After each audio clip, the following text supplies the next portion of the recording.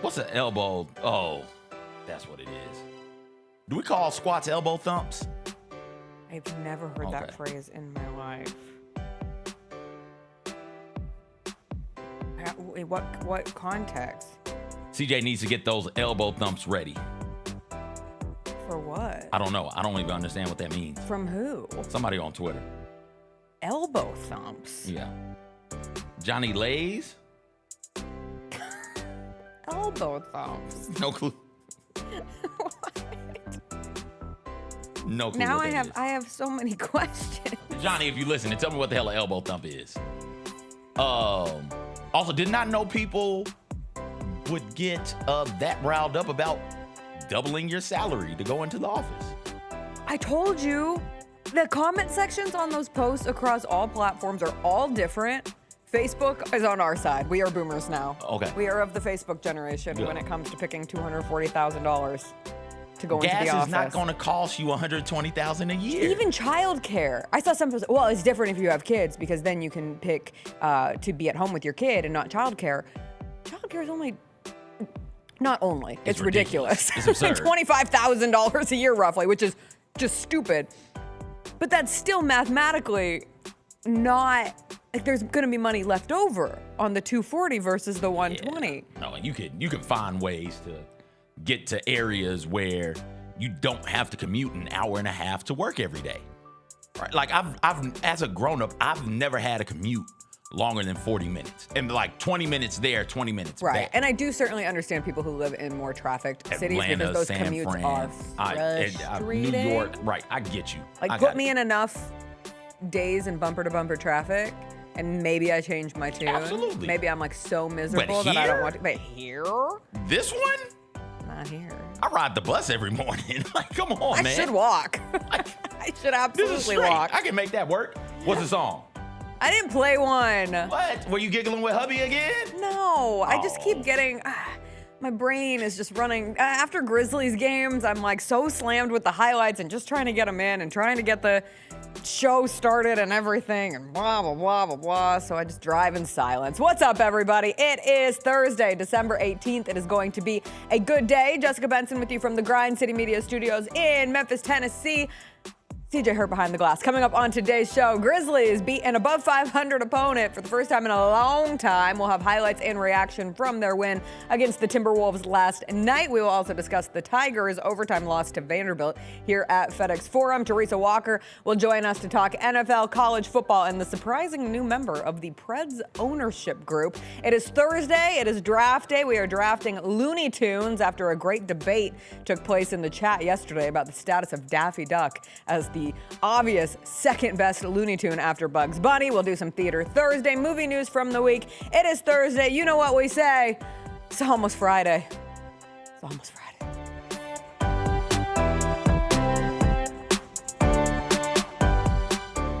The world needs B2K.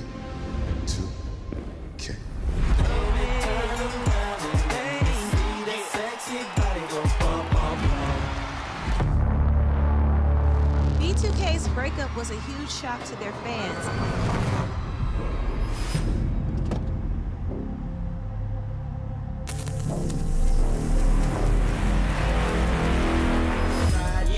Boys for Life Tour. Kroger shoppers and Grizz fans. Want exclusive last-minute discounted ticket deals texted straight to you? Sign up with the new Kroger Buzzer Beater deal. Fans can sign up by texting Grizz to 636-479 or visit your local Kroger store in the Delta Division and scan the QR code. By signing up, you agree to receive recurring automated promotional and personalized marketing text messages from the Memphis Grizzlies. Consent is not a condition of any purchase. Message frequency varies. Message and data rates may apply. Sonic Radio. Welcome back to Sonic RNDIO. That spells radio with me, the CIO. This just in, the new Sonic $1.99 menu lets you build a crave-worthy meal for just $1.99 an item. Whether that's a creamy shake, crispy tots, or a quarter-pound double cheeseburger. This just out. Ostriches. They're mean, not very cute, and in my opinion, way too big for a bird. Don't miss the Sonic Fun 99 menu. 5 items, always $1.99. Live free, eat Sonic. Tax not included. See menu for details.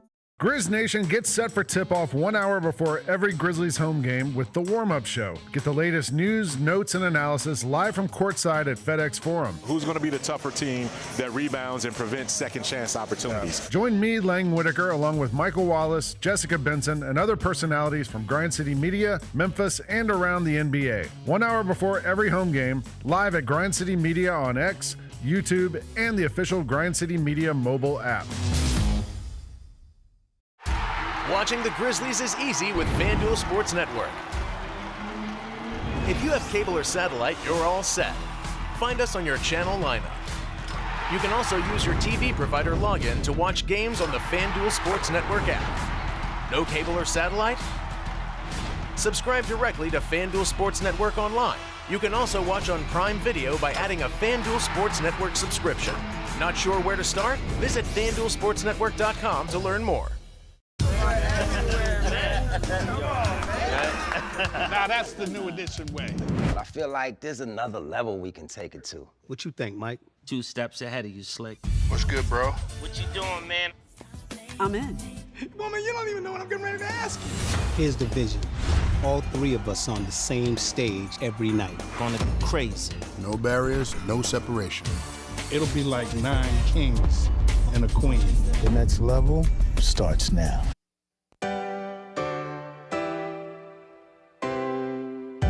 Feels great to feel the sunshine. Gotta own the day like it's all mine. Just got paid in his own time. Been working hard, I've been on the grind. I deserve this feeling, having my way. I've been on this healing. This is my day. The sun's out, let's have a little fun now. I wanna let it all out. That's what it's all about. Cause I deserve this feeling, having my way. I deserve this healing. This is my day.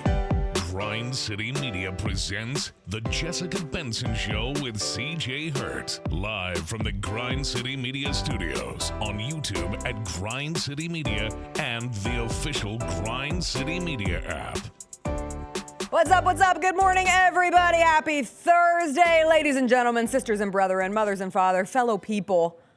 The Memphis Grizzlies have beaten an above 500 team. Let's hit the highlights from last night. Grizzlies, Timberwolves. Grizz down 8 players on the road. Point Jalen Wells goes full court to Santi Aldama to start things off. With Grizz injury luck this season, sometimes you gotta pivot. In the words of Wells himself, looks clean to me. Tie game late in the first quarter. Jaren Jackson Jr. still back. The drive and finish. He had 8 points, 4 boards in that first quarter. Second quarter now. Grizz may be undermanned, but they got their bouncer back. Brandon Clark elevates 6 points in his season debut. He in Minnesota now. Tie game late in the first half. Jackson, flow state, working Julius Randle. You, sir, are simply too little. Jaren ended with 28 points and 12 rebounds for the haters. Grizzlies trailed by 1 at half, down 6 in the third. Wells' shot difficulty turned up. He had 17 points in the game. Wolves' largest lead was 9. Cue a 16-2 run by the Grizz to flip it right back. Jock Landale from 3. A little battery pack Omax Prosper. Nice move to the rim. Puts the Grizzlies up 7. Tight game down the stretch, but every time young Jock lets it rip, it's going down. Landale, Jock, strapped from 3. He goes 4 of 9 from deep in this one. Also, peep this pass from Jaren Jackson Jr., but Jock, season high 20 points off the bench as the Grizz win 116-110. They did it, CJ. They beat an above 500 team. Sure, they didn't have Anthony Edwards, but the Grizzlies were down 8 bodies. I would call it the biggest win of the season so far.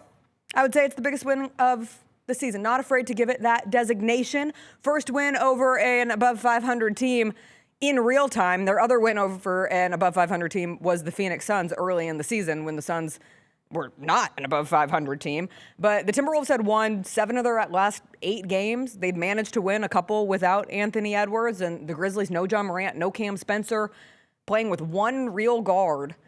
And they get a win in Minnesota and are able to go 2-0 on this road trip. Am I being hyperbolic by calling it the best win of the season? I mean, you could call it that. It's great to see. You don't see many teams go out there with no point guards at all. None whatsoever, and come out with the win in the NBA. So, yeah, it was a really impressive win impressive because you got Jaren Jackson Jr. back-to-back 20-plus point performances, 28 and 31, so damn near back-to-back 30-point games on top of the 12 rebounds and the 3 block shots. Right? Like, that's what people dream Jaren to be. If you can be that more consistently, then, hey, we cook him with fish grease, so to speak. I was impressed by it. You don't have to question effort with this team, so I've moved past that. As long as they're out there competing, I've moved past that. Now it is, okay, what can you do? And Jaren had some good moments. You talked about the big-time threes that Landale stepped up and made last night as well. Jalen Wells played really, really well. Cedric Coward on the defensive end gave you some really quality moments and quality minutes as well. This is a really good win. This is something that you can point to and say, hey, this is working right now. This is working. Look what we were down, and look what we were able to do. Sure, they were without Anthony Edwards, but Rudy Gobert was still running around out there. And he had 16 rebounds, and the Grizzlies still won the rebounding battle overall, 54-52. They forced 18 turnovers, hold the Wolves to 33% shooting in the second half. You know it's a good game. You know it's a good game because TMZ is in the chat. Now, that's how you play basketball, Jaren. Never mind the second part of it. Wow. Never mind the second part. Oh, yeah, ignore the second hour. But that part right there. But even a compliment from TMZ. Like big times, big things happening. That's how you do it, man. And they're forcing it. They're like, okay, give Jaren the ball. Jaren, just do what you do. Yes. And that's what you got the offense. You got a system in place. Great. But Jaren is a mismatch every single night. If you put a big on him, he goes by him. If you put a smaller defender on him, he can go over them. You got to just give him the ball where he wants it and then let him go. The thing about late in that game, I'm watching it and I audibly say to Chris, this is a great opportunity for Jaren to win them this game. And like they don't win last night without Jock Landale. I want to be clear. That's the icing. Those threes were critical. If Cam Spencer is out of the game, your next best three-point shooter is Jock Landale this season, and he delivered in big moments. But we have talked consistently about this team, and do they have closers? And especially in the period where Ja Morant was out with injury, and now Ja is out with injury again, and can Jaren take over enough at the end of a game to combat a Rudy Gobert taking over, a Julius Randle taking over for the Timberwolves? And the answer was yes last night. And it wasn't just what Jaren did offensively. Those 12 rebounds are huge. His first double-double of the season. But when you look at the plays that he made down the stretch, he had the ISO floater, but he had that block on DiVincenzo and got the rebound. He had that nice pass to Jock Landale. Again, it's the defense and offensive synergy from Jaren Jackson Jr., and one makes the other better and vice versa. Like when he is in his defensive bag, he seems to sit more comfortably being an aggressive option offensively. When things get going for him early offensively, he gets the extra juice on the defensive side.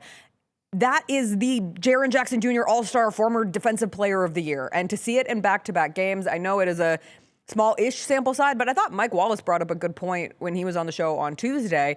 Like Jaren has elevated against better front courts. So this team loves to play the Timberwolves, for one thing. And Jaren loves to go up against Rudy Gobert. But you look at how he was able to dominate this particular matchup and the other night against the Clippers with a center like Ivica Zubac. When I got a text from Bennett before this game started, and he was like, we have got a wild starting lineup. If you don't know, I want you to guess. And I did not know. So I came up with the craziest one that I could think of. I guess not crazy. The craziest would have been like Omax starting, and Omax was great. And then he turned his ankle, and you're like, you cannot have another injury. And then he came back, but we'll see what that means for Omax. But I tried to come up with just something bizarre. And I said, all right, Brandon Clark starting in his first game back with no point guard. So I said, Brandon, Jaren, Santi, Jalen, Cedric. And he gave the little emphasis, the little exclamation points. And I go, no way. No way I got that correct. And sure enough, that was the Grizzlies starting lineup. And the Timberwolves have their own guard issues right now. I mean, they're playing Bones Highland as their starting point guard. And so the Grizzlies go with the bigger lineup. And you saw just some interesting lineup decisions. And I applaud Tomas Isolo for going for it and seeking that creativity and trying to take advantage of the versatility of those different front court looks, of playing Santi at the 3. There was one lineup where Cedric Coward was out there with Jock, Jaren, Brandon, and Santi. And Cedric had some rookie moments down the stretch. I think my favorite quote from Coach Isolo post-game came in regards to Cedric Coward's game last night, where he has those 3 turnovers in the fourth quarter. He had the ball in his hands a lot. There were some just moments where you're like, oh, that's a rookie making rookie mistakes. And Isolo said, quote, "The deep end is the best teacher. The comfort zone is a beautiful place, but nothing ever grows there." How's that for philosophy on a Thursday morning? The deep end is the best teacher. The comfort zone is a beautiful place, but nothing ever grows there. And you're seeing this team grow. And so those moments are easier to look back at in a win, because Cedric Coward's turnovers did not equate to the Grizzlies losing in Minnesota last night. It was a fun game to watch. It felt, and I'm with you on the effort side of things. Like, this group plays hard. You're down 8 bodies, and that's been a consistent identity pattern for them last year, the year before. When Omax got hurt, I think it was either Peter Brevin said something along the lines of, "I have just never seen a team with this many injuries." I'm like, I swear we've said this the last 3 years. We have been saying this about the Grizzlies, but to their credit, they have managed to find a way to dig deep, next man up, and keep making it work. What were your thoughts on Brandon Clark's first game back? He moved well. That's all I cared about. Can he move? Can he jump? Yes. Can he move? Also, yes. Great. Moving right along. First possession. Shot clock running down, and he's got 2 feet in the paint. It's like, oh, there it is. Yes. He missed the shot. It's like, oh, but he's still got the boing boing. Good. The boing boing, the bounce. The boing boing is still the bunny there. hops. And he has said that he can jump higher today than he could at this time last year. Pete and Brevin said that Coach Isolo, maybe it was Rob on the call, somebody said Coach Isolo said that he's more athletic today than he was last year. It's like, whatever, that's just coach speak. But he looked good. He looked good. He looked good. I mean, I know he only had, 6 points on 2 of 7 shooting, 3 rebounds. He got called for a foul on that block on, I think it was an attempted on DiVincenzo. But he got up for it, and he plays 17 minutes. I just wanted to see, can he jump? I just wanted to see, can he run? And good news, it looks like he can do both of those things. And if he can jump, if he's more athletic than last year, great. If he can jump higher than last year, great. If he is better today, coming off of the knee sprain that he suffered in like late March, I think it was March 19th was his last game. He suffers that knee sprain against the Trailblazers. They think that he can come back. He ends up having to get the scope done before the season. So they go in there, scope out the knee. Now he finally is able to make his season debut on December 18th. If he goes through all of that, and that is a better rehabilitation program for him than him just coming off of his Achilles tear, that's awesome. I love medicine. I love doctors. I love what we can do with the human body in 2025. In the olden days, 7 years ago, between the Achilles and the knee, for somebody who relies on his athleticism as much as Brandon Clark, you'd be like, it's over. And instead, we're here debating if he can jump higher than he did this time last year. It just gives you the Grizzlies when Zach Edey comes back will be faced with, just like the guard rotation, as Cam Spencer has made himself like an unsittable option. You see the value of Jock Landale as a bench big, and he has found success continuing to come off the bench, even with Edey's injury. You know, the lineup that they go with last night, using Santi and Jaren in the starting lineup against the Clippers, he's able to produce. And so suddenly you have the big depth issue that you thought you might have going into the season, where who gets squeezed out. But it gives you the opportunity, again, to go back to the word creative. Like, you can throw different lineups depending on the matchup, and it will be fun to see how that gets tinkered with as they please regain full strength. And we saw the ability to play multiple lineups on full display last year in the NBA Finals.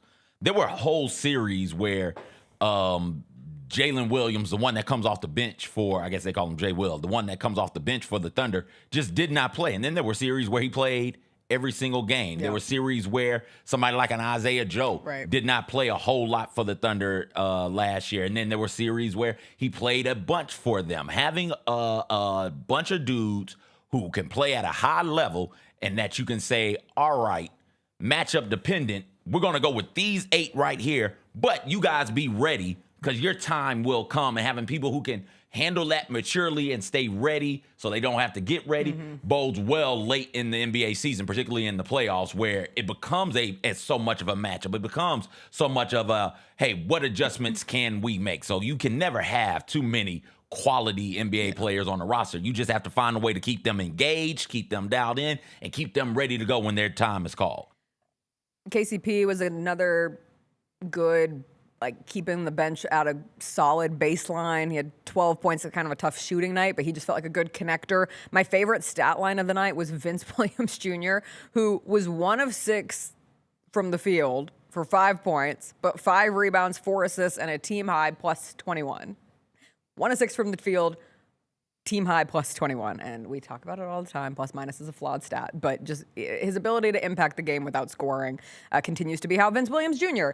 stays on the court. It was nice to see Omax. I hope that his ankle's okay. It's one of those things where it's like, does this swell after the game and then he has to miss some time? But he is just a shot of energy. There was one of the plays where he is just all over the place on the defensive end, and then he's sprinting back the other direction, and he just plays like his hair is on fire all the time. Like, he is just, I don't know. We got to have a different terminology for Omax than just, like, big energy guy, because it doesn't feel like it accurately depicts what it looks like to watch Omax Prosper play basketball. Yeah, I mean, it's fun. It's crazy. It's chaotic. Yeah, that's a good one. It is like structured chaos, if that makes sense at all, because he is a man with his hair on fire. He's all over the place. Who coined it, Mr. Do Something? Was that Rob's thing for Melton? I think Fish coined the phrase Mr. Do Something. Somebody coined the phrase Mr. Do Something to describe DeAnthony Melton when he was here coming off of the bench. And Omax has a bit of that, where hands are getting on the ball, he's diving on the floor, he's getting rebounds. If you throw him a pass, he's going to finish around the rim. He's just making plays that oftentimes don't show up in the stats, but jump off the screen at you. Moving constantly. And his movements are so quick and so explosive. Yes. It's startling at times to see him elevate. He's so athletic. How'd you get He's up one of the there? most athletic guys on the team. How'd you get up there that fast? Yeah. Like, it is that type of stuff. How did you get up there? It's like a cat. Didn't know people could get up there like that, and there Omax is. So yeah, hoping it's an ankle thing, right? Yeah, hoping the ankle is all right. He came back though last night. So, but other people have come back from ankles in the game, and then it's like, yeah. John Morant ends up being out last night. I saw he was on crutches at the shoot around in the afternoon, and so people are like, oh no, it might have just been a stabilizing thing. I do think it's worthy to look at how his injury was treated, to go from being questionable to doubtful to then not being ruled out until right before the game. It's not like we got a Grizz medical update, knock on wood, fingers crossed. But I think that would be good news, and good news for the Grizzlies, because if they could get him back, get Cam Spencer back, and again, wishing the Spencer family well, as Cam and Pat both missed games last night. But if you get everybody back into the mix, and by everybody, I mean John, Cam, and you're still awaiting the eventual return of a Ty Jerome and others, but you play the Wizards on Saturday, and the Grizzlies finally get a win over an above 500 team last night. They've done pretty darn well against the below 500 teams. I know they just lost to the Jazz the last time they were in this building, but you get a Wizards team that's a little scrappy, but not very good. Not very good from a figuring out ways to win games. And suddenly we could be looking at a Memphis Grizzlies team that is at 500. I'm old enough to remember when they were 4-11. And it felt bad. Sometimes patience is key. Grizzlies get the win last night. We'll take a break here. We will come back. Teresa Walker is going to join us on the other side. We'll get her thoughts on the Grizz, go around college football, the NFL, and more with Teresa when we come back.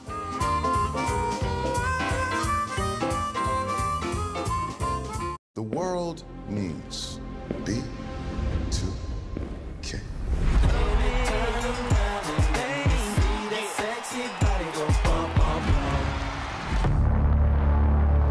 B2K's breakup was a huge shock to their fans.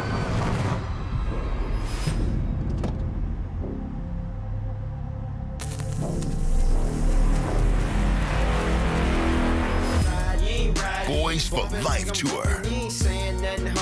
Kroger shoppers and Grizz fans want exclusive last-minute discounted ticket deals texted straight to you. Sign up with the new Kroger Buzzer Beater deal.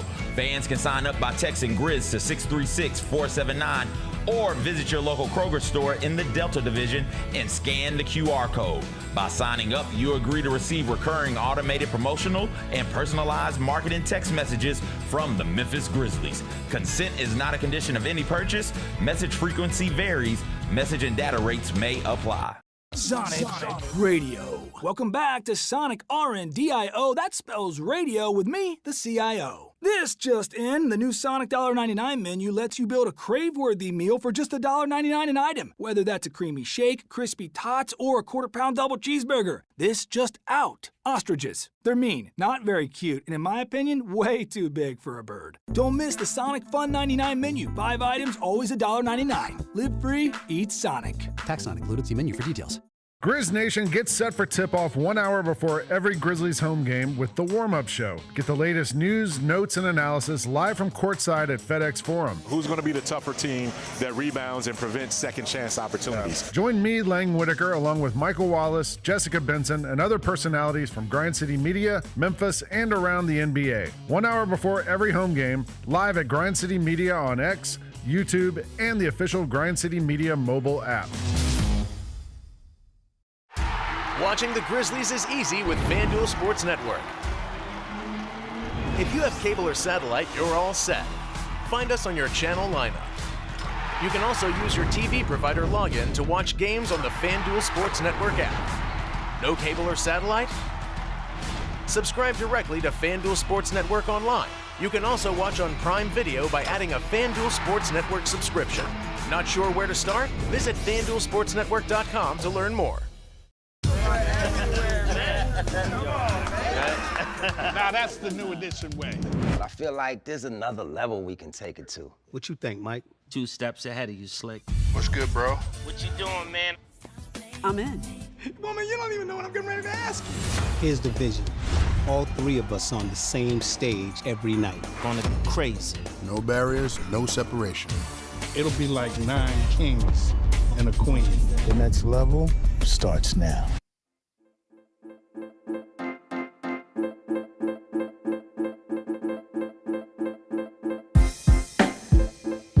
All-Star voting has begun, and Grizz Nation can help make sure everyone eats with NBA All-Star voting now through January 14th. Vote for your favorite Grizzlies every 24 hours and tell a friend to show their support. Cast your vote every day on Grizzlies.com/All-Star. It is Thursday. That means it's time to catch up with one of our absolute favorites, Teresa Walker. She joins us every Thursday. She told me during the break we are a week away from Christmas, which was news to me, Teresa, but happy 1 week until Christmas.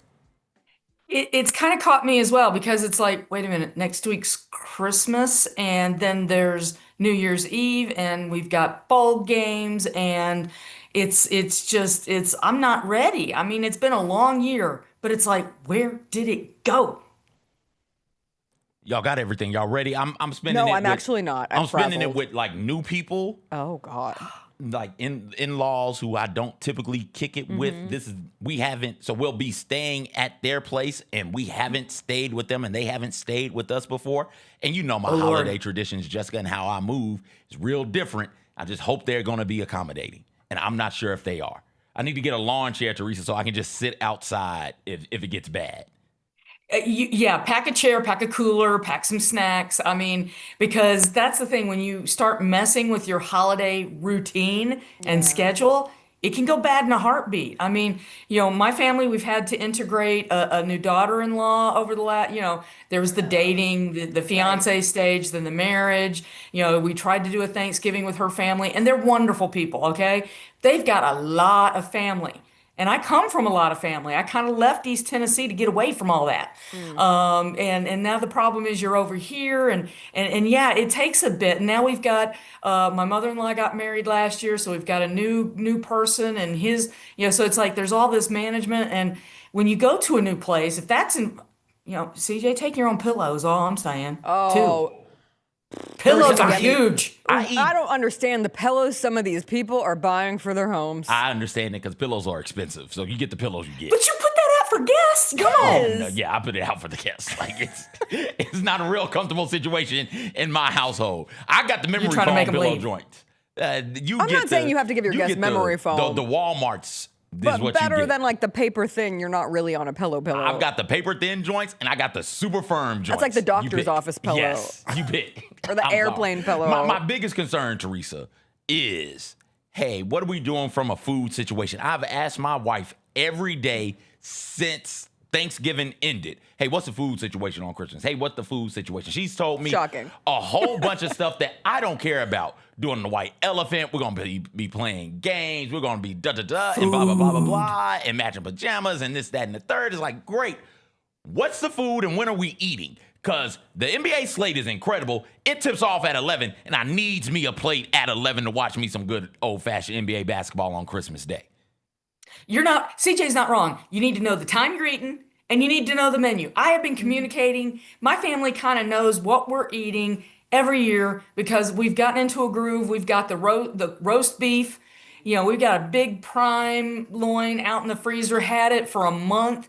You know, there's going to be potatoes, green beans. I mean, people know so that they can plan their menu. And we set a time because, again, we're now working with more people. So it's like, what time you're going to be over so I can plan and have dinner ready. But you've got to communicate about the food because aside from the gifts, it's all about the food. Yes. Don't even know what time I'm opening Christmas gifts. I wake up, Teresa, in my house, my family, wake up at like 4:15 in the morning and start opening gifts. That's what we do. The people who've been cooking, they're already up all night because they're cooking. We got to eat at like 10:45, 11 o'clock. So everybody's up by about 4:15. We open the gifts. We celebrate with one another until about 12:30, 1 o'clock-ish. Then we go back to sleep. I cannot tell you the last time I did a traditional, like, big group gathering Christmas. I haven't even had to think about these conversations in ever. Like, I'm sitting here feeling very weird. I haven't opened Christmas presents on Christmas morning in ages. I worked almost every Christmas coming out of college, so it's a recent thing to even be off for the day of Christmas, and the Grizzlies don't play on Christmas, which is great news for us. But I think back, and I don't think I've ever had a big family Christmas. I was an only child. So when you went to, you didn't go to like your extended family with your cousins? We went to Hawaii for the Hawaii Bowl. Oh, turn up. Let's go.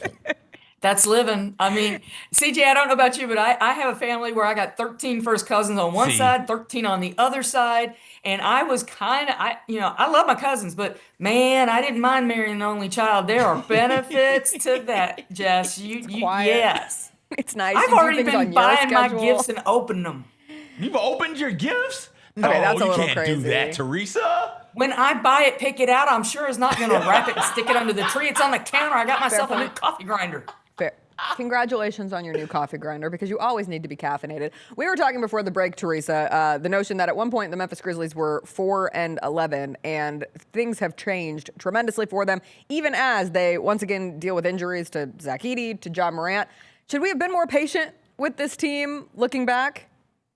Well, considering how the last couple of seasons have been, early panic, absolutely understandable because it's like, oh my God, the Predator fans are familiar with that. Are we going down the same road again? Please, Lord, no.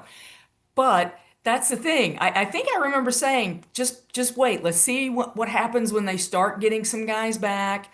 You know, Zach Edey gave him a boost, then he's out. Then you get Ja back, he's out. Then BC's back, and and you're seeing some other players, helping carry. And I mean, hey, last night Tripp, I mean, that was an impressive, fun game to watch out of him. So maybe he's kind of busting out of what for him has been a bit of a slump. So and look where they're at right now. I mean, they're right there in the 9th spot. They're one game out of 500, and you look at the standings in front of them, and it's not too bad. So hold on to the rope, help's coming, and just keep doing what you're doing because it's working pretty well. And at this point, worry about when the guys do get healthy, how it works mixing those guys back in because you've got a nice rhythm going. Yeah, weird how sometimes when you have a new coach and a new system, it can take some time. And Jaren Jackson Jr., who you mentioned, coming off of an injury this offseason. So didn't even have a legit offseason and an early opportunity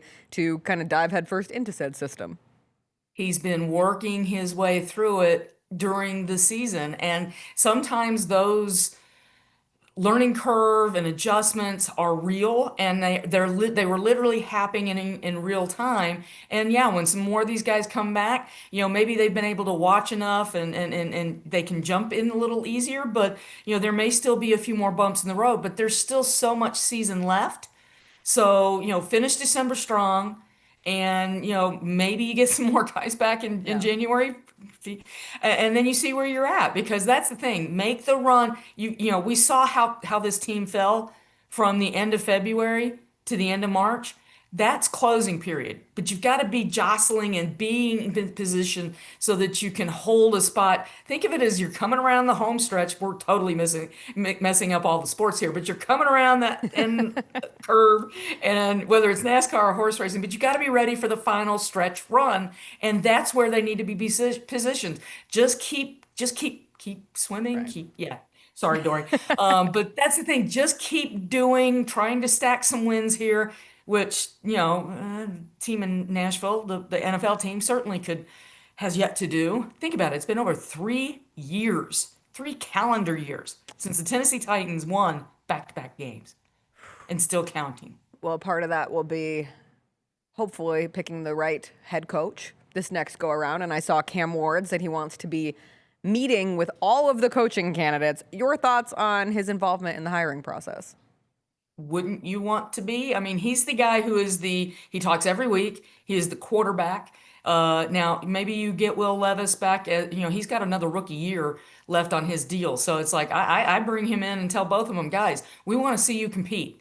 But Cam Ward's the number one pick. He has started 14 games. He's doing things that, could they be better? Sure. I mean, they're 2-12 right now, so Lord knows they could be better. But this is a guy that you have anchored yourself to.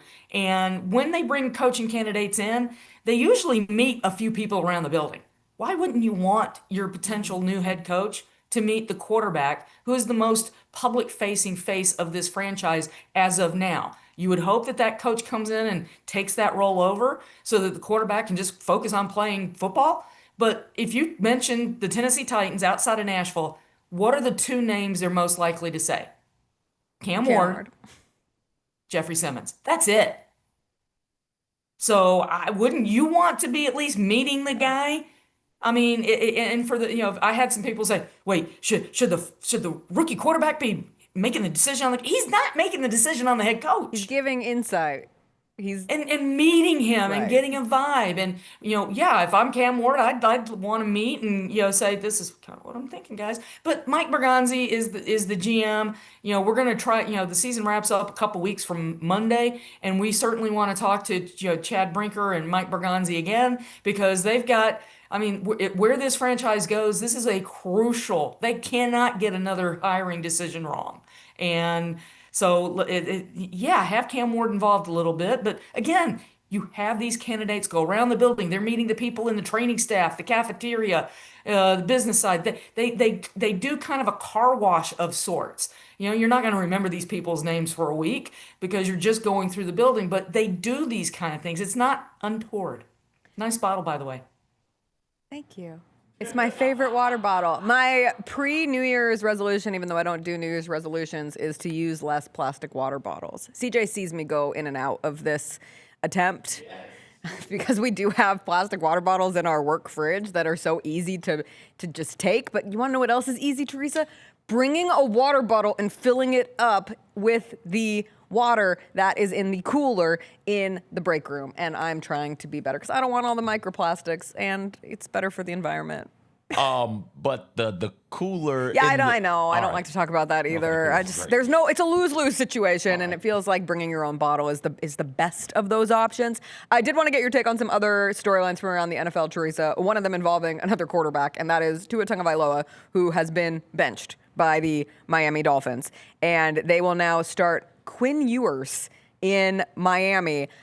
Is this the end for Tua with the Dolphins. I mean, he's set to make $55 million next season. If he's cut before June, I think it carries a $99 million cap hit. It feels like a tricky situation in Miami. And Zach Wilson is sitting there saying, wait, what am I, What chopped about liver? me? Exactly. So, I mean, they skip right over the guy who actually has experience for a guy who, let's remember. I mean, there were some people who thought Quinn Ewers could be a top pick. He didn't go that high, guys. And you go straight to him. So, yeah, Tua Tagovailoa said yesterday, he's like, I'm not sure what my future is. And that's that high cap number. The only higher number for a guy who's been cut, Russell Wilson, $84 million when he was let go by Denver. So this is eye-popping even for the NFL. But when you go ahead and bench him, this feels like Mike McDaniel is trying to say, listen, I can make this work with a different quarterback. And he's going with Quinn Ewers.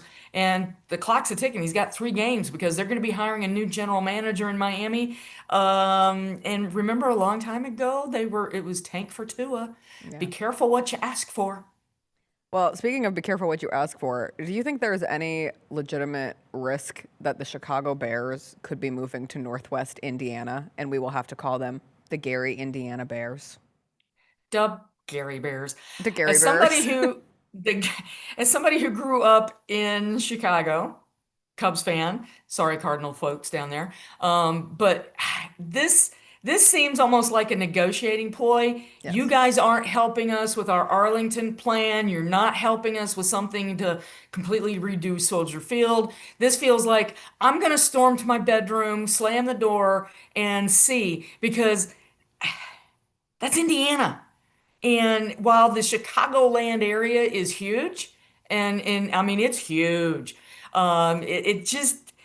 Indiana's Indiana. And Gary and that whole area. I mean, I once had an uncle who lived in Sauk Village, Indiana, and felt like we were going Sauk Village, Indiana, and it felt like we were going to the hinterlands of Indiana when we would leave Chicago to go there. And yeah, SALK. What was that? SALK Village. Sauk. Okay. Sauk. I heard Suck Village. I did too. I thought it was Suck Village. In my mind, that's what it was. Because yes, I mean, it's like, Chicago is to me a place of culture, the Windy City, broad shoulders, great hot dogs and Italian beef sandwiches, and to go to Indiana and the home of the breaded pork cutlet. Gary, Indiana. I mean, what is Gary, Indiana known for? Being the home of the Jackson family. That's it. I literally only know it from that and The Music Man.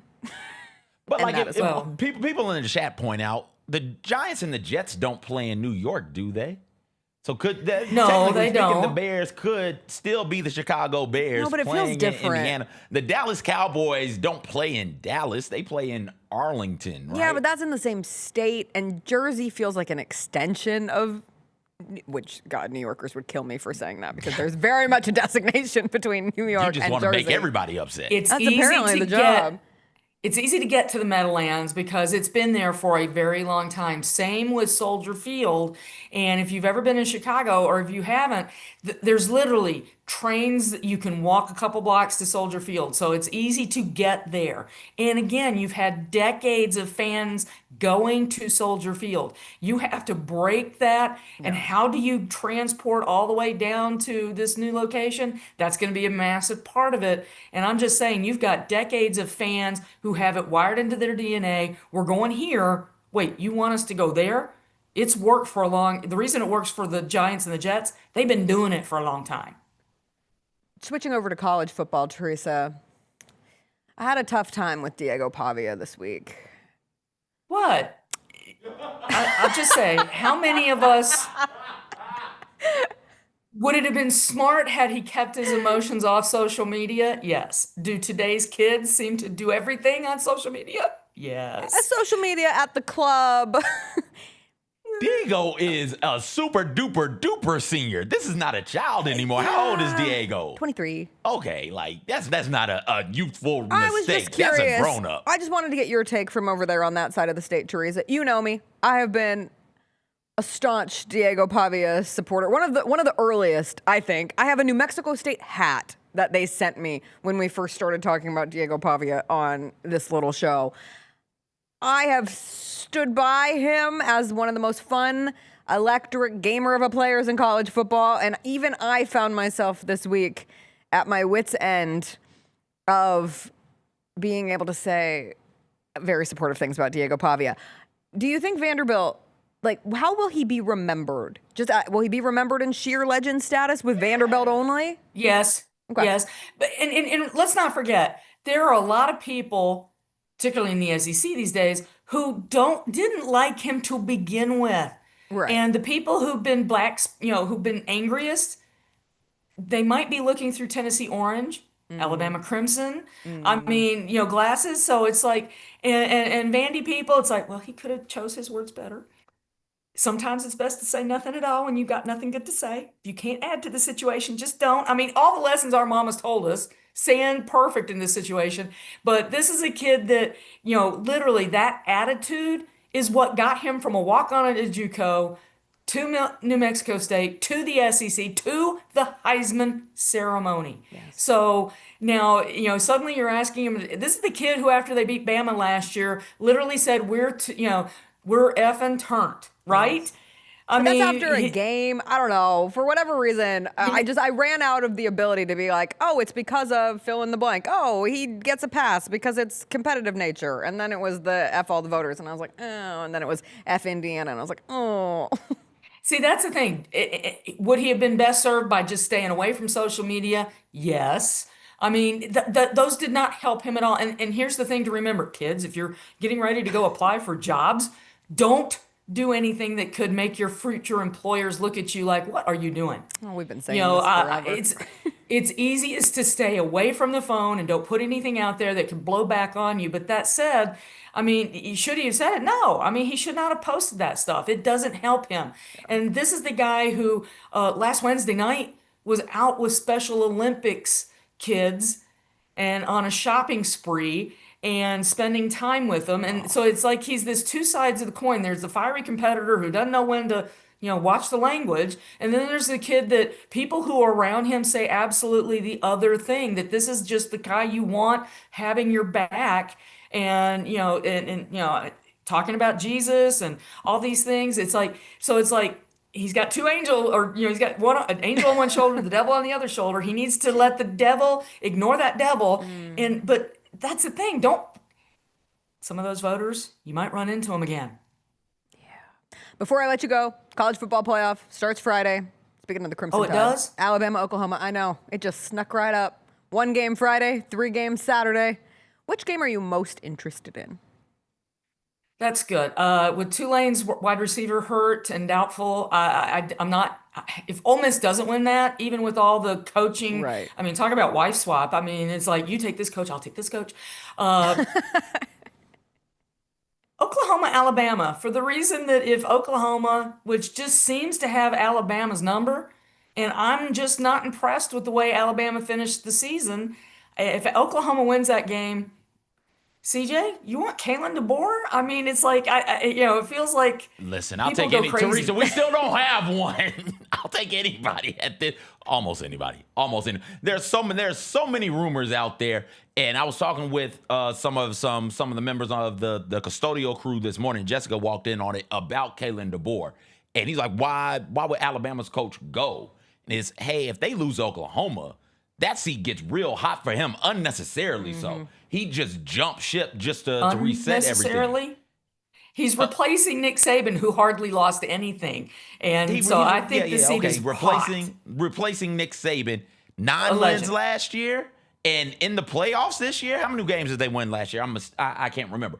In the playoffs, they were the team left out because they had 3 losses. In the playoffs, 9 wins last year.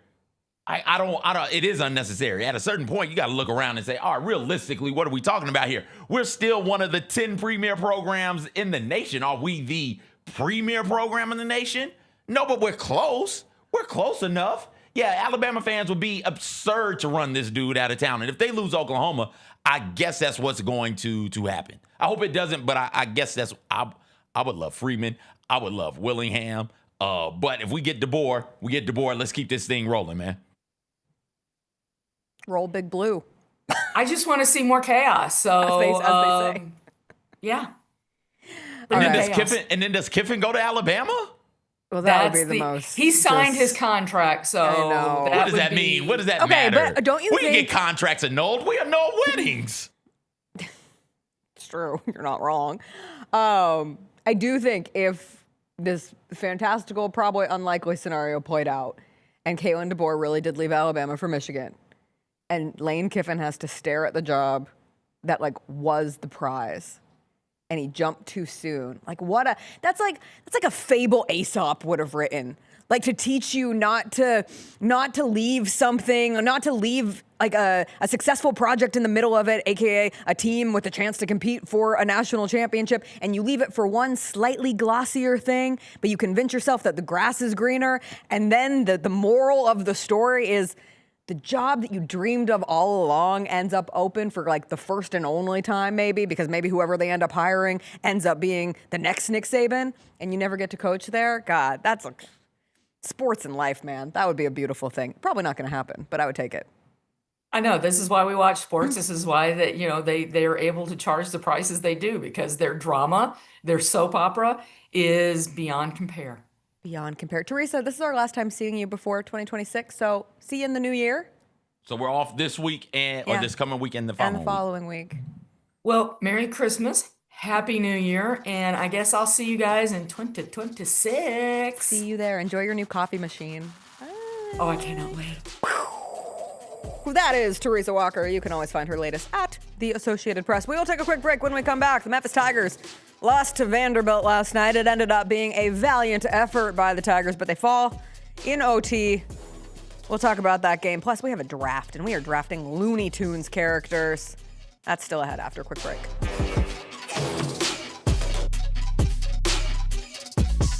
The heaviest metal credit card of all time. Rumored to be one of only 18 in existence. Plated with the very same tungsten that forged the International Space Station. And wielded at business dinners like a samurai sword. It's a classic corporate power move. But the real power move? Having end-to-end visibility on your most critical shipments. FedEx, the new power move. Kroger shoppers and Grizz fans. Want exclusive last-minute discounted ticket deals texted straight to you? Sign up with the new Kroger Buzzer Beater deal. Fans can sign up by texting Grizz to 636-479 or visit your local Kroger store in the Delta Division and scan the QR code. By signing up, you agree to receive recurring automated promotional and personalized marketing text messages from the Memphis Grizzlies. Consent is not a condition of any purchase. Message frequency varies. Message and data rates may apply. Southland Casino Hotel is helping you navigate to Santa. Win your share of over $550,000 in free play and a brand new Lincoln. Here Comes Santa takes flight on Saturday, November 1st, when you can begin earning entries. And don't forget the grand finale drawings on Saturday, November 29th and Saturday, December 27th to win a share of over $40,000 in free play or a brand new Lincoln. Win big during Here Comes Santa, only at Southland Casino Hotel.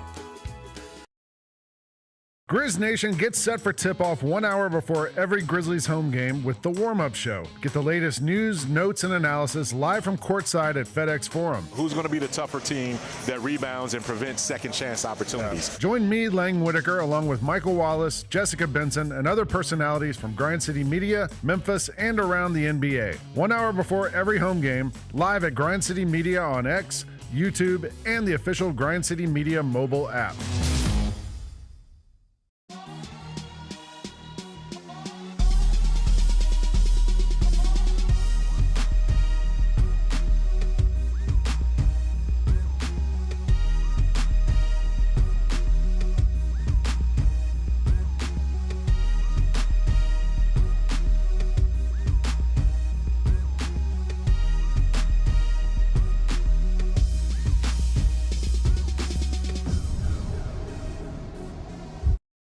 Grizz Nation, Friday night just got a whole lot better. Introducing Buckets and Brews, the ultimate way to tip off your weekend. Every Friday this season, grab a terrace-level ticket to the Grizz game and 2 12-ounce Miller Lights for just $55. Get great seats, cold brews, and Grizzlies basketball. It's everything you need to start your weekend off right. So get the deal that's too cold to hold. Go to grizzlies.com/Friday to lock in your tickets today. Memphis. Monday Night Raw returns with non-stop action, unmatched energy, and the superstars you love. We don't get mad, we get even. We don't go home till we beat them. This is our time, we ain't leaving. Give me the crown undefeated. Witness the moments you'll never forget. Monday Night Raw, Memphis. Monday, February 16th. Tickets and ringsider packages on sale next Friday.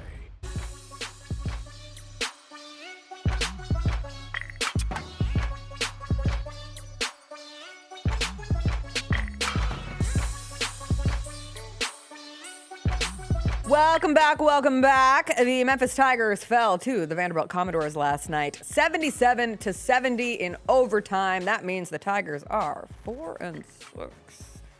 Commodores 11-0.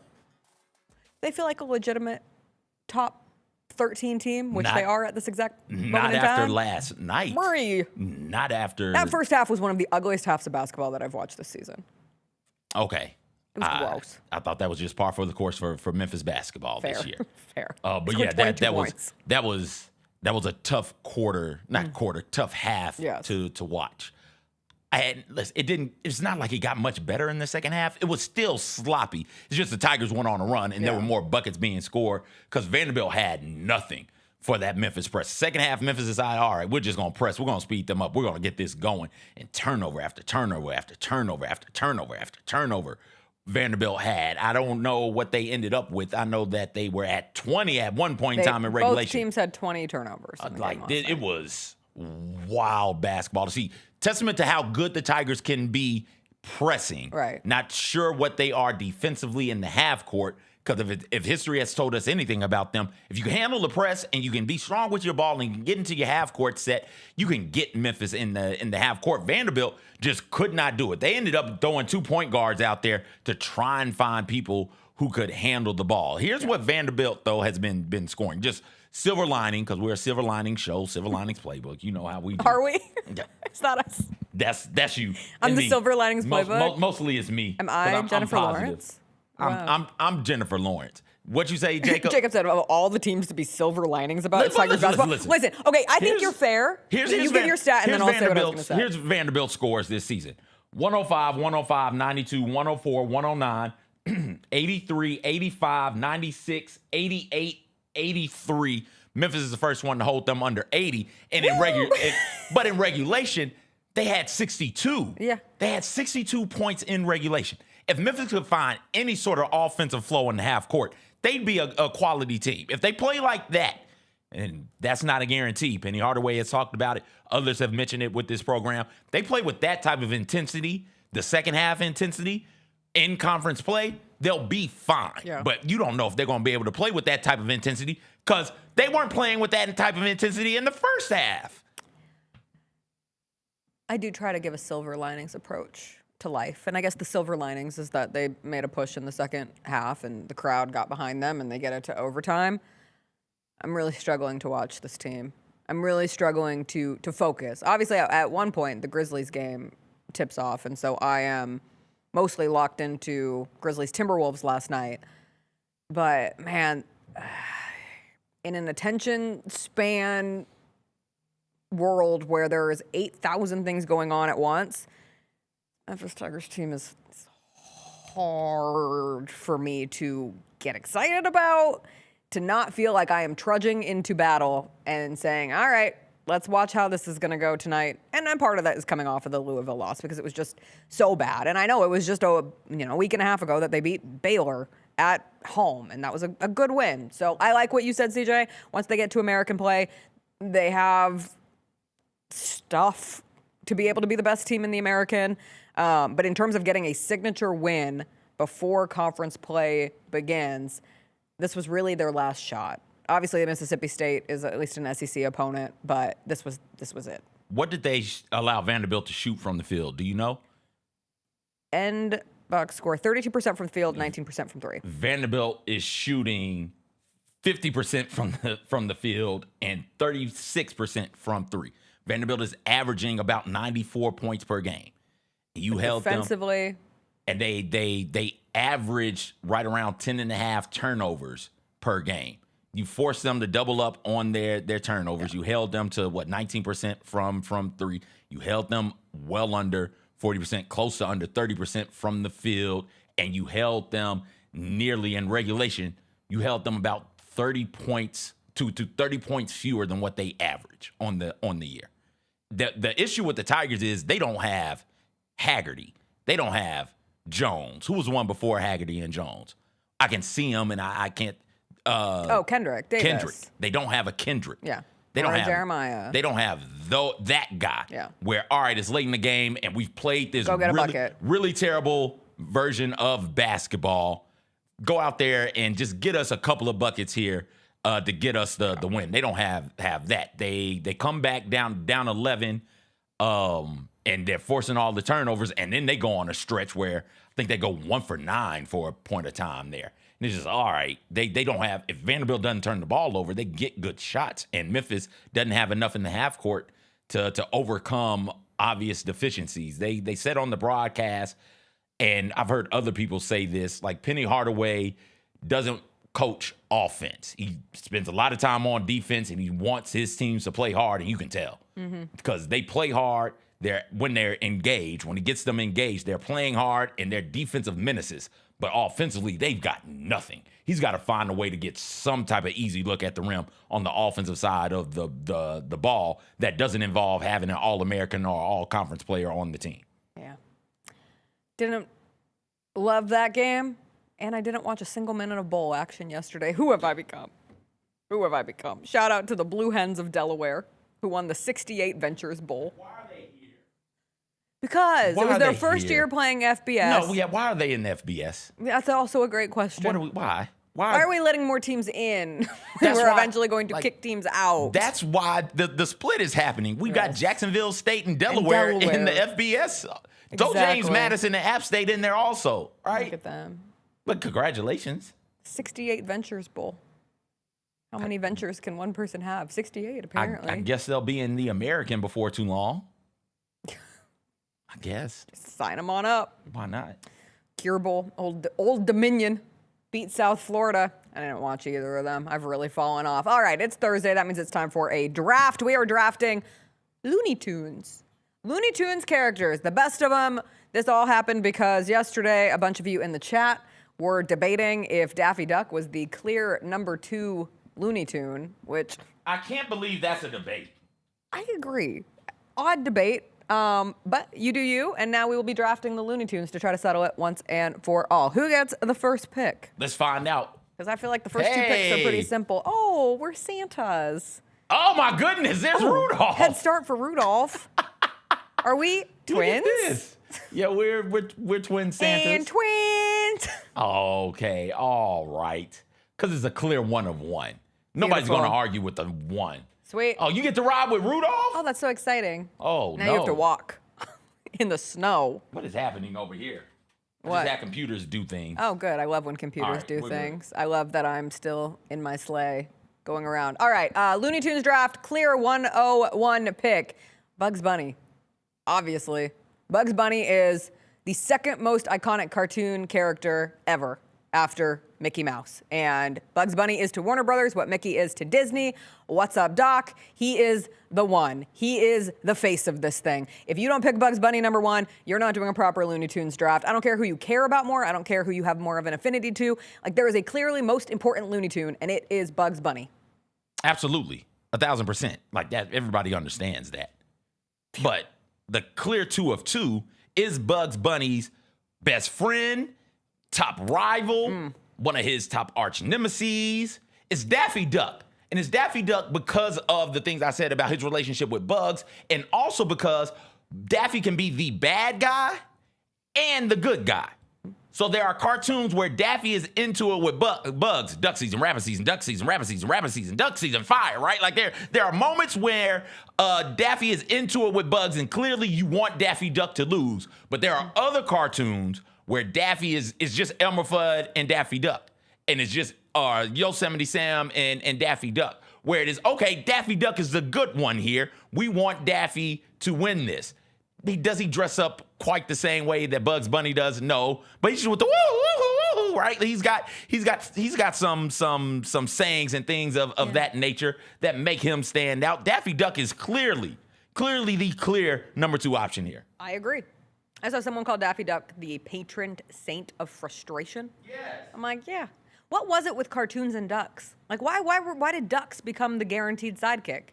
Because you have Donald with Mickey and you have Daffy with Bugs. And completely different types of ducks, right? Did someone go to the Peabody? Maybe. Like, I'm inspired. Donald Duck is thicker, more stocky build, and white, and Daffy is long and lean and black. Ducks. Yeah, it's different types of ducks. Yeah.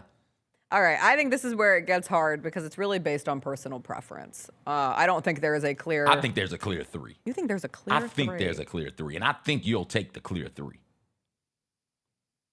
Give me Wile E. Coyote. Okay, no. That's not who I thought you were. Really? Yes. But why Wiley? Because he's always chasing Roadrunner, and he's always losing, and he's always creating these contraptions, and they always backfire Shout on out him, to and Acme. he's funny. Yeah, he makes me laugh. Acme is a real company, too. It is. I'd never buy products from ever. Because I see Wile E. Coyote constantly be bamboozled into using their products and then failing over and over again. I like Wile E. Coyote. I think he has a fun look, too. He's wily. Yeah. And he's a coyote, and it rhymes. Now I'm so curious. That's all, folks. Like, it's Porky. His voice is the one that ends all of the cartoons. He's a fun character. Porky. You don't love Porky Pig? No.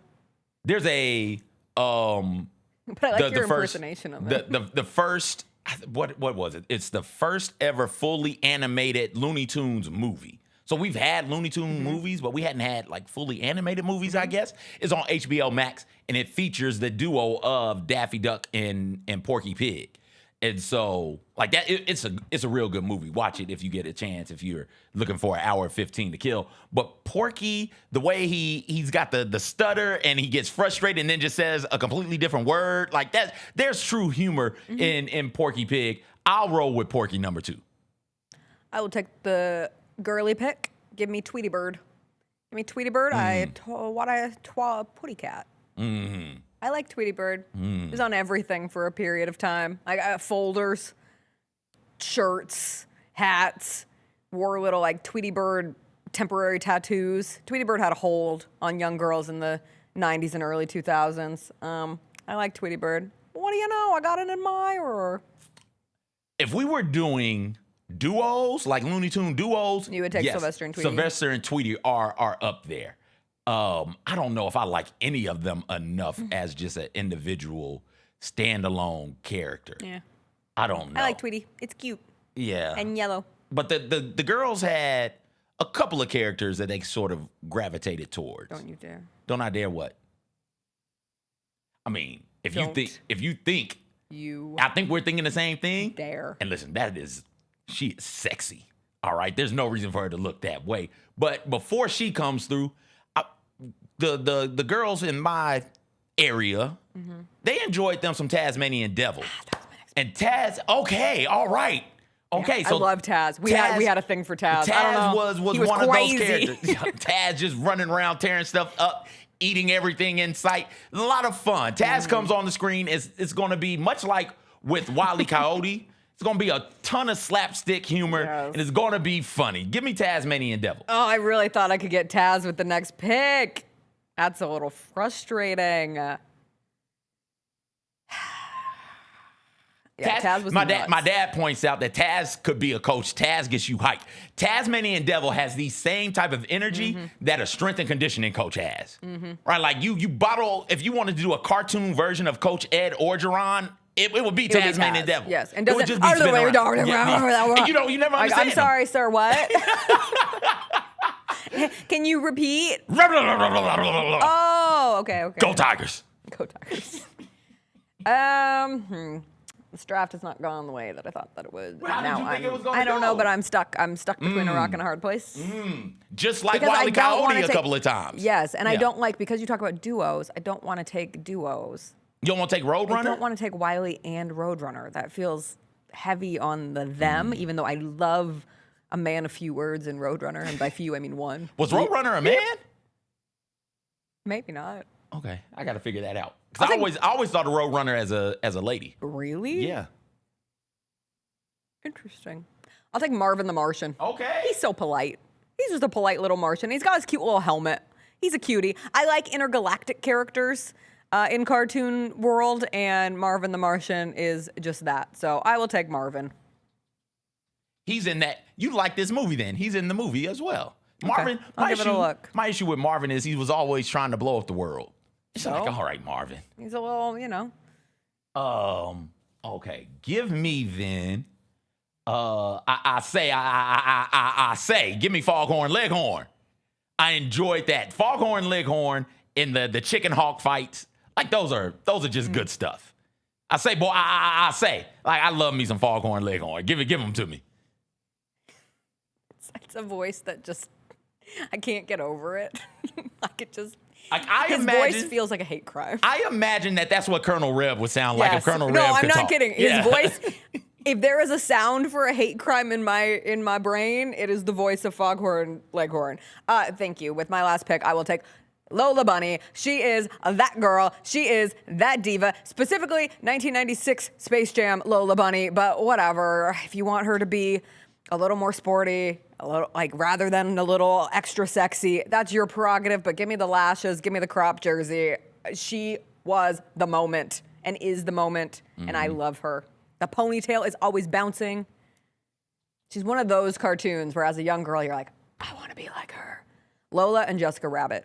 And then at one point, Mrs. Incredible. I know. I mentioned her just for you. Have mercy. Mercy? Ooh. Helen Parr, goodness gracious, got me over here sweating. This is a legacy pick. This is a pick for the family. This is a pick to honor my ancestors. I know that we don't show this one anymore. I understand it. Oh, no.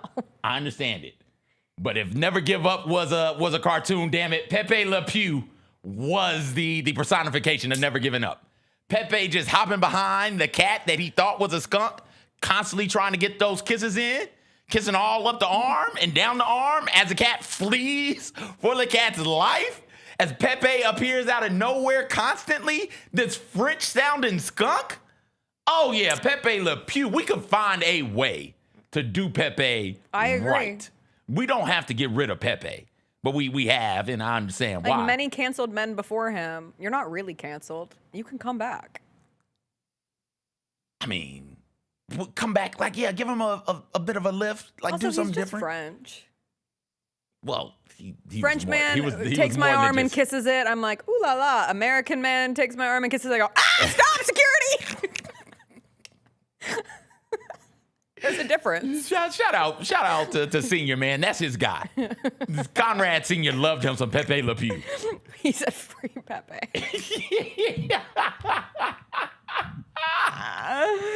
He's a bad Pepe. man. Nobody took Sylvester. My honorable mention is Granny. Granny. I is really a- do yeah. like Granny. Any other ones on my list not get taken? No, that was all of them. That's our Looney Tunes draft. Yosemite Sam, I thought about grabbing him. Like a lot of these characters we've just done away with. Yeah. So Speedy Gonzalez, we kind of did away with. Got rid of Speedy. Yeah. Got rid of the gun-toting dude. So not a whole lot of Elmer Fudd or Yosemite Sam's and their pew, pew, pew, pew, pew Yes. type stuff. But when Yosemite Sam got upset, I found that incredibly funny as a child. Don't really know why, but it did tickle me. Jacob said we should have taken LeBron. Oh, He's part of the universe. Brendan Fraser. Thought about taking Michigan J. Frog, the Warner Brothers Frog, just because of the legacy, right? Yeah. Like not Pepe, Porky Pig is the voice, but like the frog comes out and starts dancing and you know it's a Looney Tunes special. We will take a quick break. We'll come back. We'll do some Theater Thursday, some movie news, some big trailers dropped this week. Plus, the Oscars have a new home, and I don't know how I feel about it. We'll get into it when we come back. That little chicken hawk was funny also. Like he had a lot of like Scrappy Doo type qualities to him. Own the 2025-26 Grizzlies season with the 10-game Flex Pack, the ultimate way to catch all the action on your terms. Choose your favorite matchups from intense rivalries to weekend thrillers and customize your pack to fit your schedule. With 10 games to pick, you'll never miss the moments that matter most. Visit Grizzlies.com/packs today to build your perfect ticket pack and cheer on the Grizzlies your way. It's your team, your season, and your schedule. So don't miss out. Nate Bargatze. Look, I say a lot of dumb stuff. I try to keep it in front of large groups. Seems to go better that way. Big Dumb Eyes World Tour.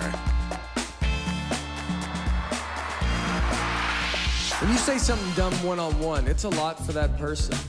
I'll say it, then I can just feel that they feel the weight of my life on their shoulders. Tickets and info at NateBargatze.com. Don't miss the Big Dumb Eyes World Tour. Nate Bargatze.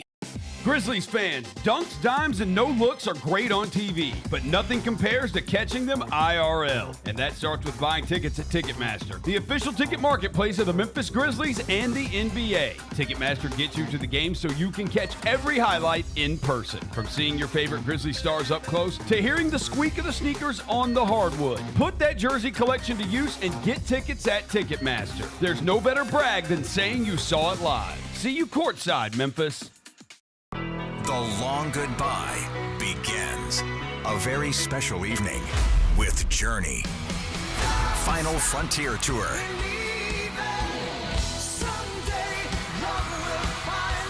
Journey.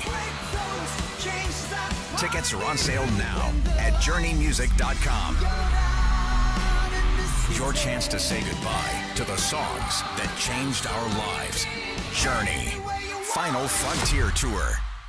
How are you able to release and have an instrumental song become a huge deal? And I forget who the disc jockey was, but he put the wrong side on. He put the Green Onions by mistake and played the B side instead of the A side. No! And that's when the change happened. These people started to call the station and say, play that song again. The Chris Vernon Show, live on weekdays at noon on YouTube at Grind City Media and the official Grind City Media app. The only thing better than Saturday Night Hoops is when it comes with an exclusive Grizz hoodie. Every Saturday this season, $60 gets you a Grizzlies ticket and a limited edition Grizzlies hoodie. 4 different hoodie designs dropping across 4 Saturday games. Not sold anywhere else. Don't miss your shot to collect all 4 designs. Grab your tickets and gear up now at Grizzlies.com/Saturday.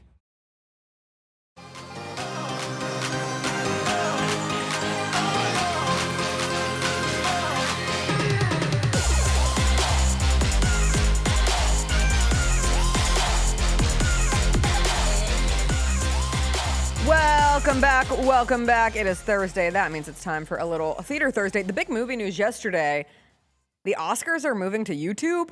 Not until 2029, but their agreement with ABC that has been in place since 1976 will officially be no more as they move to YouTube starting in 2029. It will be their 101st ceremony by that point. For free?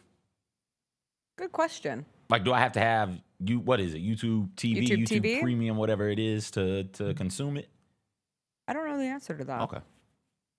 As someone who doesn't have YouTube TV, that is a good question. But it's free on ABC. It's free on ABC. Yeah, it's free on ABC. I would assume that free on YouTube. Free on YouTube, and then you sell the ads. I actually think from a potential to change the Oscars into something that are relevant moving forward, it's a good move. You could have a host that swears. You could do a no rules kind of situation. There's also, I don't love this, no time limit. I think there needs to be a time limit because it always goes too long. But now you could have it be whatever you want it to be. It would be easily accessible to do a rewatch because you would just pull up the YouTube broadcast and go back from there. There's a lot of time between now and 2029. And I would imagine if they can figure out how to put a price tag on it for viewers, they will. Here's Antoine in the chat says it's free. It's for free? Okay, well, that's great. I like free things. Mm-hmm. We don't get a lot of free things anymore. So free Oscars. I'd like a free Oscar. healthcare, but Oscar. People, can I have free healthcare? No, but you can have the Oscars for free. Let's go. Sweet. It's been free, but sure, It's like let's get it. It's like our pizza party moment. It'll be interesting to see. But it does just represent, I mean, more and more things are just moving out of how we've viewed them traditionally. I was talking with the Vernon Show crew yesterday. The college football playoff games on Saturday, 2 of them are on TNT HBO Max. So like if you go to ABC Disney looking for the second 2 games, it's not where they are. They're on TNT and HBO Max because they have a deal in place with ABC Disney for the next couple of years where they get some of the playoff games. So if I got Comcast, it'll be on TNT? Yeah. Okay, got you. Yeah. Got But you. and if you don't have cable, you can go to your HBO Max. But if you don't have HBO Max and you don't have TNT and you don't have cable, You don't have those games. you kind of out of luck. I got it. True TV as well. Okay. Oh, we're doing this with doing college it. football. We're doing it. All We're bringing. right. I, Okay. you know what? I might watch the game on On True Saturday TV. on True TV. Got to. Just to be able to say. Got to get warmed I up. watch True TV twice a year. Got to get warmed up. You know, Get it ready ready for to that go. True TV action. The other extreme. Wait, hold on, wait. Yeah. Just yeah. what? So you said you could be able to swear on here. Time limit. Is there any other benefit to it being on YouTube or any other way that it changes the show? Because the show is what the show is. You come in, you watch Right. the actors and the actresses, the directors, cinematographers, producers, etc. go up there and get their awards.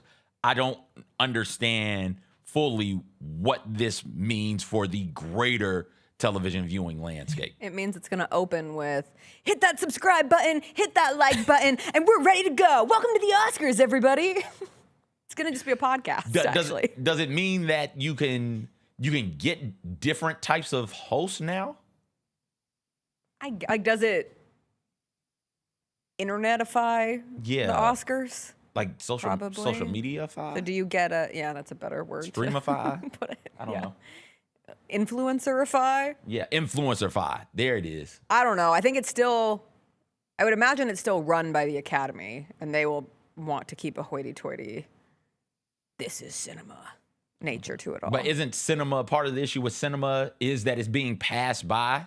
Yeah. And you're going to talk about it here in a second, by the social media This is consumption. too much. So like wouldn't they need to try and partner? Try to meet in the middle. And meet in the middle some? Probably. Okay. Or figure out how to use social media better to promote the films that they want to promote. Okay. Instagram Reels are now coming to your television, which is Why? what you were saying. So, Why? because why watch Instagram Reels on your phone when you can pull up an app on your TV and just watch them that way? You want to know what you could do right now? You could cast your phone onto your TV and watch Instagram Reels if you really wanted them on a big screen. Why on earth are we treating this like a channel? Oh, our brains are rot. I had a bad TikTok day yesterday. What happened? I just got stuck. So It's what do like you mean one more stuck? video, one more video, Oh. one more video. I'm like, I'm an addict. Somebody send me to rehab. So did you not hit a super long video? It's like, okay, that's kind of too long. I'm out I'll for a like second. quit in the middle of it. Got I'm like, you. next. Got you. Like, make me laugh. Make me cry. Make me feel something. Could I tell you one video that I watched yesterday? No. No. Because it fries your brain. And Instagram Reels are worse. There was a scientific study that Instagram Reels are worse How? for your brain than TikTok. Because TikTok actually does have an emphasis on longer form content and some educational content. Like there is a learning kind of lens over, like not the dance trends, not the funny satirical stuff. Instagram is just like 5 to 15 second videos, and there's not a lot of substance. I think Instagram videos have less substance, and you're more apt to just scroll. I'm not an Instagram Reels person, so I don't really know how that works. But TikTok has got me. So put the TikTok app on TV, and next thing you know, I'll be sitting on my couch. But you'll have to push the button constantly to get it to scroll. Yeah, to scroll. Yeah. Yeah, that's annoying. Yeah. Okay. Listen, whatever y'all. I hate it. Y'all got it. I hate it. I had to complain whenever Instagram starts doing the real thing. You know, you go to your For You and it gives you all those different squares and you click on it and you just scroll through. Yeah. If Instagram hits me with too many videos, I just find somebody to DM and complain about it. So Instagram knows I'm mad. And then they stop. They only send me posts. If I'm on Instagram, damn it, I just want to see funny pictures. That is it. Funny pictures and memes. That's all I want to see. I don't want your videos. Please Food videos are different, but keep it to yourself. I don't watch videos on Instagram Yeah. either. That's not the app for me for that. Mm-hmm. I am now remembering one of the heavy focuses of my TikTok journey was a lot of people complaining that these days people are being asked to work through, like, do actual work in the office in December. They're like, what happened to we'll just circle back on this in the new year? Everybody's trying to get actual projects done. And I said, we do projects every day. Yeah, I think that's we just goofed about that being the case. Every job I've had, we had to actually do stuff in December. There was no reason for it to not. What jobs have you had where you're genuinely not doing work in December? We're just and also don't say it out loud. And that's another That's part the of thing. it. People are telling on themselves constantly. Even the people in the argument in our comments on the 240,000 versus 120,000 work from home job, people are like, when I work from home, I only have to work for an hour and I can go make myself food and I can go watch a movie and I can do this. And I'm like, why are you putting your face to this? Yeah. You dum-dum? Yeah. If you have that job, zip it.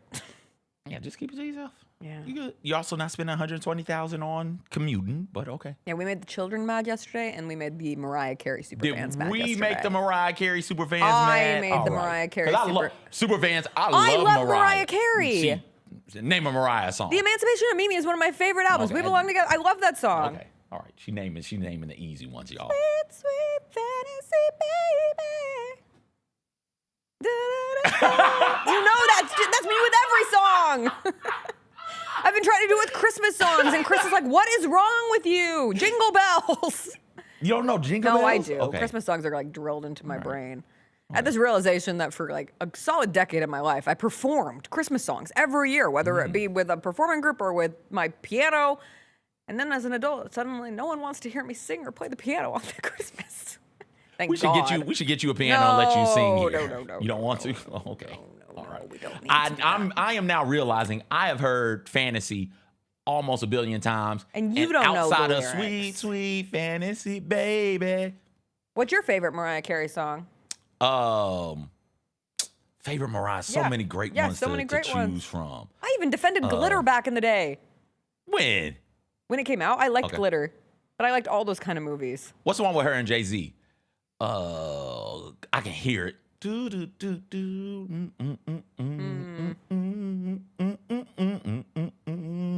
Oh, I know what song you're Heartbreaker.